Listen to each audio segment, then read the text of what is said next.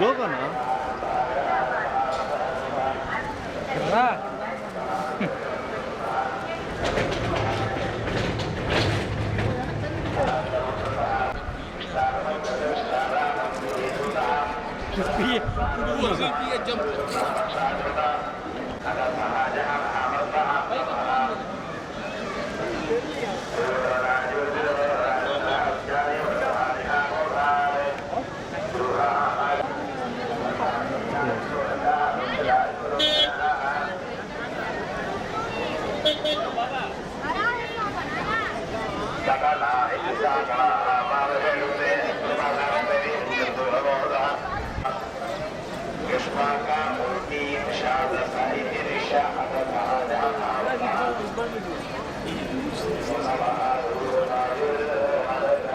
ఈరోజు ఎన్నికల ఫలితాలు వచ్చేలోపు మరి కలియుగ ప్రత్యక్ష దైవం అయినటువంటి శ్రీ వెంకటేశ్వర స్వామి వారిని దర్శనం చేసుకోవడం జరిగింది.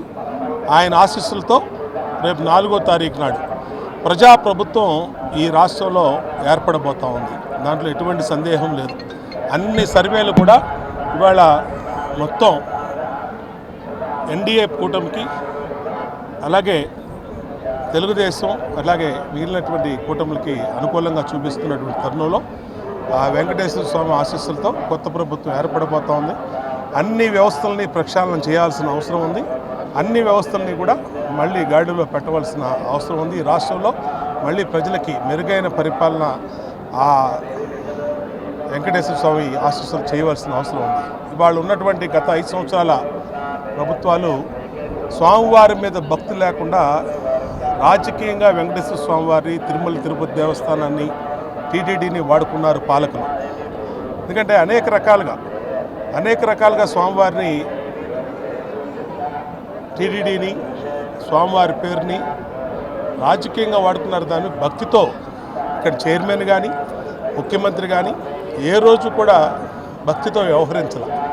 అది ఘోర పాపం. అది ఎందుకంటే ఇవాళ అన్ని మతాలు మంచిగా ఉండాలి, అన్ని మతాలు బాగుండాలి. కానీ ఏ మత విశ్వాసాలు ఆ మతానికి ఉంటాయి. అలాంటిది లేకుండా కనీసం 5 సంవత్సరాల్లో ఒక్కసారి కూడా దంపతులతో ముఖ్యమంత్రి స్వామివారికి పట్టు వస్త్రాలు సమర్పించినటువంటి దాఖలాలు లేవు. అలాగే చైర్మన్ అయితే మరి స్వయంగా ఆయన కుటుంబంలోనే క్రైస్తవ వివాహం చేసినటువంటి సందర్భాలు చూసాం. ఎన్నిటిని కూడా స్వామివారు చూస్తారు. రేపొద్దున మంచి ప్రభుత్వం, ప్రజా పరిపాలన, ధర్మాన్ని విశ్వసించే ప్రభుత్వం, ధర్మాన్ని ఆచరించే ప్రభుత్వం రాబోతుంది. అందుకనే స్వామివారిని కోరుకున్నాం. ఇప్పుడు రేపు 4వ తారీఖు ఫలితాలు అన్ని రకాలుగా మీ ఆశీస్సులు ఉండాలని స్వామివారిని కోరుకుంటున్నాం.